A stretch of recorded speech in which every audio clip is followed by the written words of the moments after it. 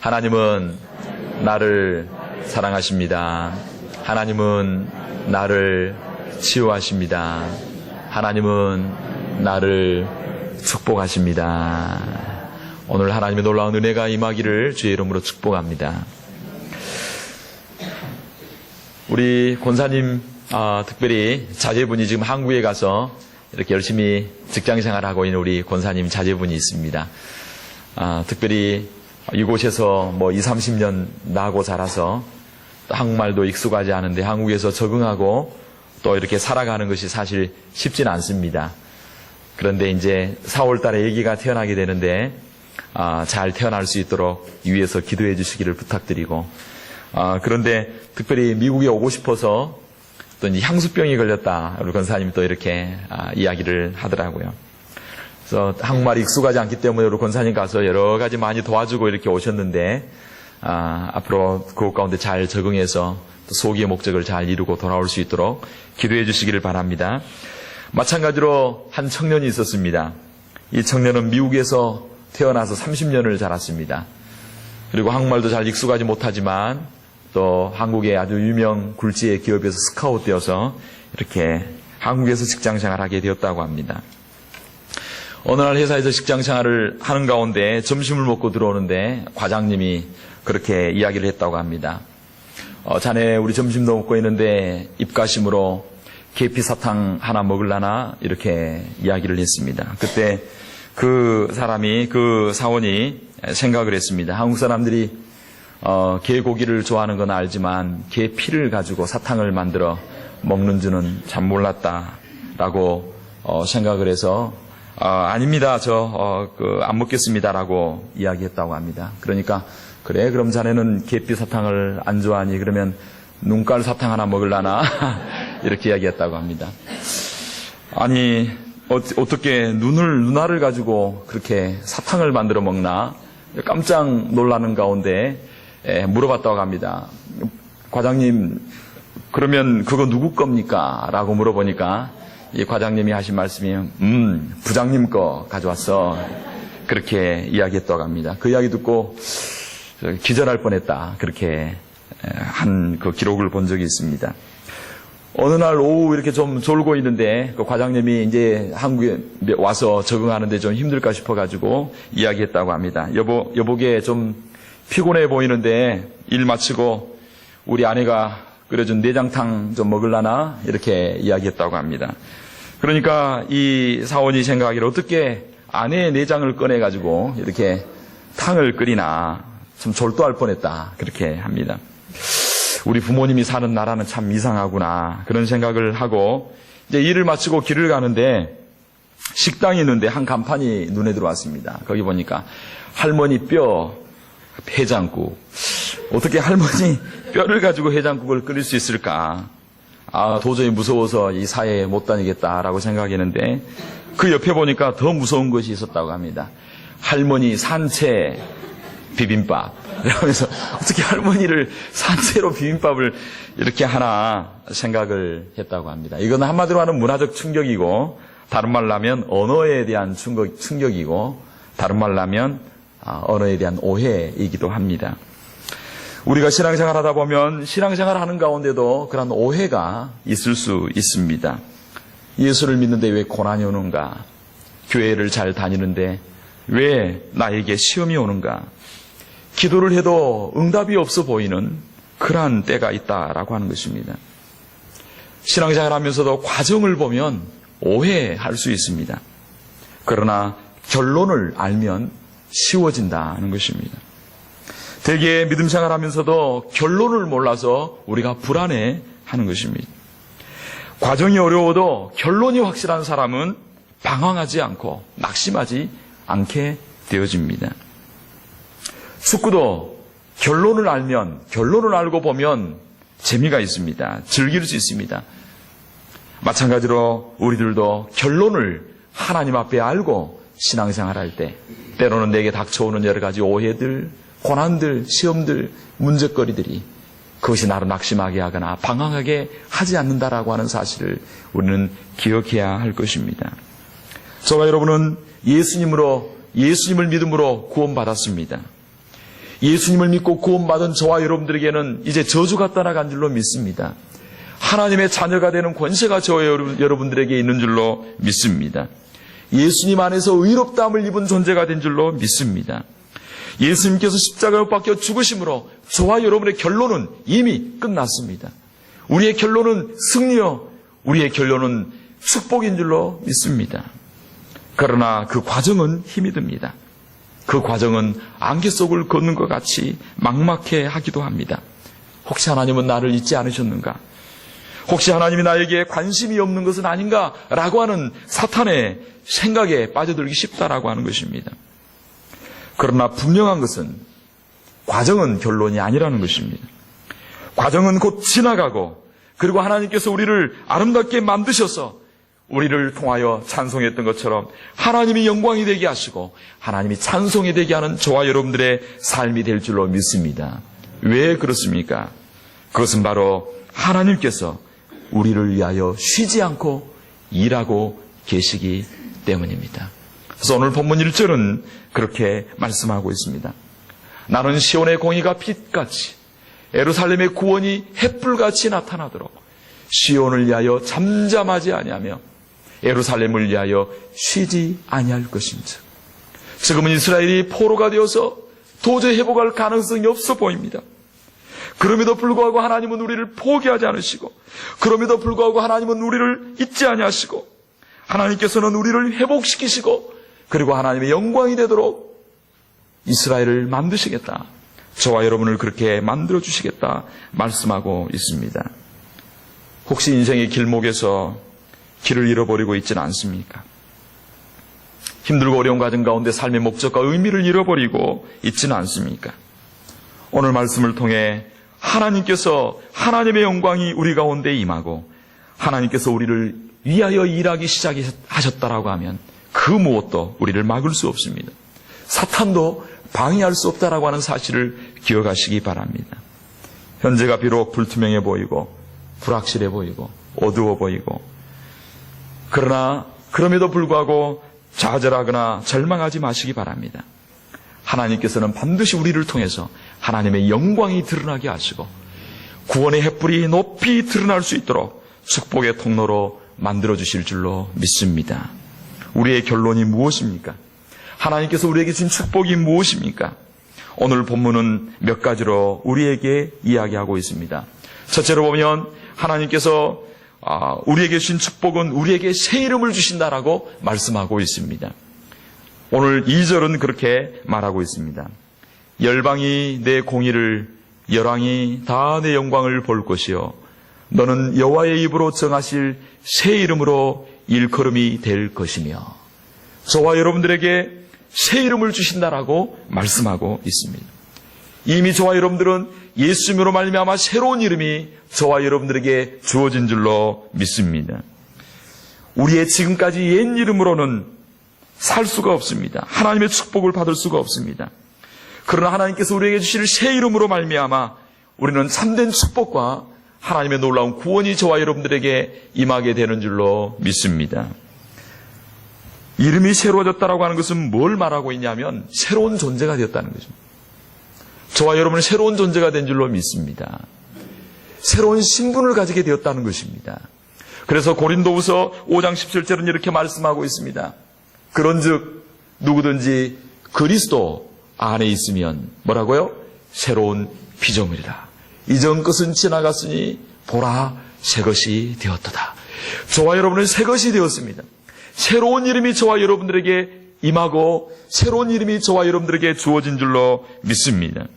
예수님을 믿음으로 새로운 신분을 가지게 되었습니다. 하나님의 자녀라 일컬음을 얻게 되었습니다.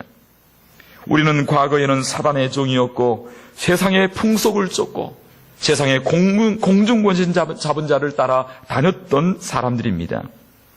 죄와 죽음과 심판 아래 놓여 있었던 자들이었습니다. 지옥의 심판을 받아 마땅히 진노를 받을 수밖에 없는 본질상 진노의 자식이었습니다. 그런데 예수님을 믿음으로 말미암아 십자가를 붙들므로 말미암아 저와 여러분들이 새로운 피조물이 되었고 새로운 하나님의 자녀가 되었고 새로운 이름이 저와 여러분들에게 주어진 줄로 믿습니다. 그리고 그 이름이 하나님 나라 생명책에 기록된 줄로 믿으시기 바랍니다. 저와 여러분들에게는 이제 옛 이름의 모든 옛사람의 저주와 진노가 다 떠나가게 된 줄로 믿습니다. 예수를 믿음으로 말미암아 새로운 이름이 주어졌고 새로운 하나님의 자녀가 되어졌다라고 하는 것입니다. 제가 아는 성도님이 한 분 계시는데요. 전에도 한번 잠시 이야기를 들었는데 지금 창원에서 꽃가게와 함께 그다음에 앤틱 가게를 하고 있습니다. 근데 제가 신방을 가는데 그분이 그런 간증을 하더라고요.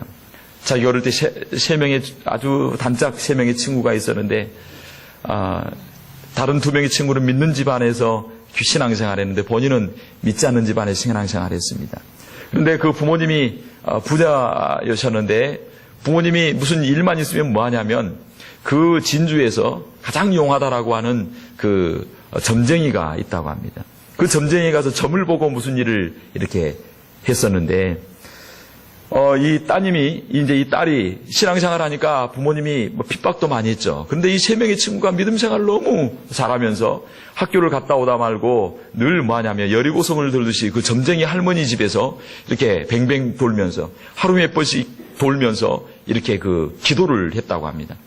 처음에는 점쟁이가 몰랐는데 이 3명의 딸내미들이 예수 믿는 딸내미들이 자기 집을 돌면서 기도를 하니까 이 점쟁이 할머니가 화가 나가지고 막 물 바가지도 붓고 그 다음에 소금도 막 뿌리고 막 그런 일을 했다고 합니다.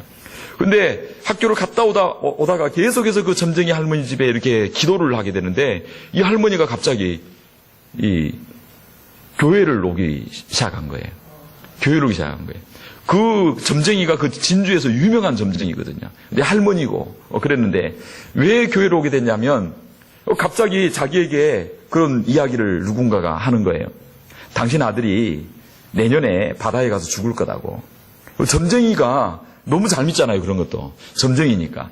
그래서 보니까 자기 하나밖에 없는 아들이 바다에 빠져 죽지 않도록 하기 위해서 방법이 뭔가 점쟁이가 너무 잘하는 거예요. 이 교회에 오면 해결된다는 사실을 알게 된 거예요. 근데 이 할머니가 결국 교회 오게 되었는데 어떻게 이루어지게 되는가? 이 3명의 딸내미들이, 이 3명의 고등학교 아이들이 계속해서 기도를 했을 때 그런 일들이 일어나게 되었습니다. 근데 이름이 정자 화자 집사님인데 그 집사님이 하신 말씀이 그때 기도했던 3명의 친구들 가운데 한 명은 필리핀 선교사라고 하고 한 명은 사모가 되었고 자기는 이제 집사로 돼 있는데 최근에 그 할머니 집에 방문했는데 고향 집에 갈 일이 있어서 가서 봤더니 그 옛날에 자기가 고등학교 다닐 때 할머니였는데 아주 멋있는 아줌마로 변해 있는 거예요. 옛날에는 정말 얼굴도 그냥 무섭고 그렇게 그냥 할머니처럼 보이는데 예수 믿고 나서 얼굴도 바뀌고 삶도 바뀌고 인생도 바뀌어졌다는 거예요. 할렐루야. 이런 놀라운 일들이 나면서 막 간증을 하는 거예요. 저에게 신방을 가는데 목사님 그때도 할머니였는데 이번에 가보니까 할머니가 아니더라고. 어떻게 이런 일이 일어나게 되었냐고. 예수 믿으면 그런 변화가 있게 되는 줄로 믿습니다. 예수 믿으면 얼굴도 펴지고 그 아들도 죽지 않고 그 인생이 새로워지는 역사가 있게 될 줄로 믿습니다. 예수의 이름이 들어가면요, 새로운 이름이 들어가면 이제는 저주 가운데 너 아들이 내년 여름에 물에 빠져 죽을 것이다, 바다에 가서 죽을 것이다 라고 하는 그 저주가 이루어지지 않는 거예요. 누가 역사하시니까?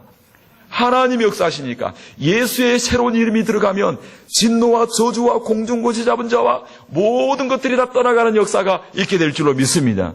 인생이 새로워지는 역사가 있게 될 줄로 믿습니다.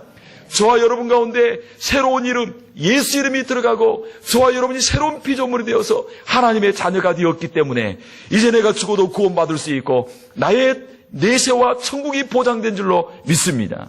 그러므로 예수 믿는 자는 따라합시다. 절대로 지옥 가지 않습니다. 왜냐하면 예수님은 시건하신 분이 아닙니다. 약속한 바는 반드시 이루신 분이십니다. 그러므로 그 분이 완전히 변화돼 새롭게 된 것처럼 저와 여러분 가운데도 예수 이름이 들어간 저와 여러분의 인생이 새로운 피조물이 되었고 이제는 진노와 저주가 떠나가고 하나님 생명책에 이미 기록된 구원받은 저와 여러분이 된 줄로 믿습니다. 우리의 결론이 무엇인가? 새로운 피조물이요, 새로운 이름이요, 구원의 확신인 줄로 믿습니다. 그 다음에 오늘 본문에 보면 우리 하나님께서 우리에게 주신 축복이 뭔가, 두 번째 축복이 뭔가 오늘 성경은 이야기하고 있습니다. 우리에게 아름다운 면류관이 되게 해주시겠다. 우리로 아름다운 면류관이 되게 해주시겠다는 거예요. 오늘 본문 3절은 뭐라고 말씀하고 있습니까? 3절 다 같이 한번 읽겠습니다. 시작. 너는 또 여호와의 손에 아름다운 면류관, 내 하나님 손에 왕관이 될 것이라. 할렐루야. 저와 여러분이 어떤 존재가 되냐면 여호와의 손에 아름다운 면류관이 되게 해주시고 하나님 손에 왕관이 되게 해주겠다는 것입니다. 왕관. 하나님 손에 왕관은 뭐냐면 왕의 위엄이 있는 존재라는 것입니다. 왕 같은 제사장, 영광스러운 권위가 있고 영광스러운 위엄이 있는 그런 왕관과 같은 하나님 손에 지어진 왕관 같은 존재로 저와 여러분들을 만들어 주시는 것입니다. 구원받은 저와 여러분들을 하나님이 얼마나 귀하게 여기시냐면 하나님 손에 면류관, 하나님 손에 왕관과 같은 그러한 존재. 이 왕관과 면류관은 무엇을 상징하냐면 승리를 상징합니다. 권위를 상징합니다. 영광을 상징합니다. 하나님께서 우리에게 승리를 주시고 영광을 주시고 우리에게 놀라운 권위를 허락하여 주시겠다라고 말씀하고 있는 것입니다.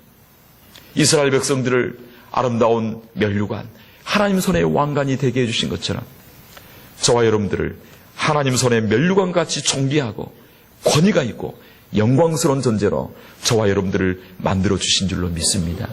이미 그러한 권세와 능력을 저와 여러분들에게 주신 줄로 믿습니다. 면류관은 뭘 상징하냐면 승리와 통치를 의미하고 있습니다. 그래서 그 승리와 통치가 얼마나 아름답고 그리고 권위가 있고 놀라웠고 존귀한지 오늘 3절에 보면 뭐라고 말씀하고 있냐면 2절에 보면 열왕이 내 공의를 열왕이 내 영광을 볼 것이다. 이방 열왕에게 존경과 사랑을 받게 해주시고 열왕을 통치할 수 있는 그런 권세를 저와 여러분들에게 주시고 그들이 흠모할 만한 놀랄 만한 그런 존재가 되게 해주시겠다 말씀하고 있습니다. 저와 여러분들이 그런 존재인 줄로 믿으시기를 주의 이름으로 축원합니다. 어떤 목사님이 그러더라고요. 우리에게 이런 놀라운 권세가 있는데 그걸 모른다는 거예요. 예수 믿으면서도 그 영광과 권세가 우리 가운데 있는데 그것을 깨닫지 못하고 누리지 못하고 그것을 사용하지 못한다라고 하는 것입니다. 우리 하나님께서 열국을 통치하고 그리고 다스릴 수 있는 그러한 예수 이름의 권세와 통치의 능력을 저와 여러분들에게 주신 줄 믿고 늘 선포하며 기도하며 나아가시기를 주의 이름으로 축원합니다. 여러분 마을로 들어갈 때 기도하시기 바랍니다. 하나님 아버지, 이 시간 예수 이름으로 간구하고 기도합니다. 우리 지역이 나로 말미암아 축복받게 하여 주시고 하나님의 은혜가 임하게 하여 주시옵소서. 할렐루야. 여러분 집에 들어갈 때마다 가정을 위하여 축복하며 기도합니다. 예수 이름의 권세로 간구하고 기도합니다. 주님의 은혜와 사랑이 임하게 하여 주시옵소서. 자유손들을 위하여 축복하며 기도합니다. 주님의 영광을 높이 드러내는 우리 자유손들이 되게 하여 주시옵소서. 하나님 아버지, 이 나라와 이 지역을 축복하며 기도합니다. 하나님, 이 시대에 하나님의 영광이 드러나는 이 나라, 우리 조국, 우리 교회가 되게 하여 주옵소서. 축복하며 기도할 때에 예수 이름의 그 권세와 능력이 그대로 우리 삶 가운데 나타나게 될 줄로 믿습니다. 할렐루야. 이러한 놀라운 권세를 이미 우리에게 주신 줄 믿고 그리고 그 축복을 받아 누릴 수 있는 저와 여러분이 되어야 될 줄로 믿습니다. 하나님께서 우리에게 주신 축복이 무엇입니까? 하나님께서는 우리를 아름다운 신부로 맞아주신다라고 말씀하고 있습니다. 오늘 보면 4절은 이렇게 이야기합니다. 다시는 너를 버리운 자라 칭하지 아니하며 다시는 내 땅을 황무지라 칭하지 아니하고 오직 너를 헵시바라 하며 내 땅을 뷸라라 하리니 이는 여호와께서 너를 기뻐하실 것이며 내 땅이 결혼한 바가 될 것임이니라 말씀하고 있습니다. 여기서 헵시바라고 하는 말이 무슨 말이냐면요, 나의 기쁨이 너에게 있다. 따라합시다. 나의 기쁨이 너에게 있다. 나의 기쁨이 너에게 있다. 내가 너만 보면 너무 기쁘다 라고 하는 말입니다. 너를 기뻐하실 것이며 나의 기쁨이 너에게 있다. 우리 하나님의 기쁨이 오늘 이 자리에 예배드리는 우리 사랑하는 성도님들에게 있는 줄로 믿습니다. 그래서 우리 하나님은 이야기합니다. 오늘 나에게 나와서 예배드리느냐? 나의 기쁨이 너에게 있다. 내가 너를 기뻐한다. 내가 너를 사랑한다라고 말씀하고 있는 것입니다. 뷸라라고 하는 말은 무슨 말이냐면요, 나는 너와 결혼하였다라고 하는 말입니다. 따라합시다. 나는 너와 결혼하였다. 다른 말로 하면 너는 나의 신부다라고 하는 것입니다. 헵시바와 뷸라라고 하는 말은 무슨 말이냐면 내가 너를 기뻐한다. 그리고 내가 너를 나의 신부로 내가 너를 사랑한다라고 하는 것입니다.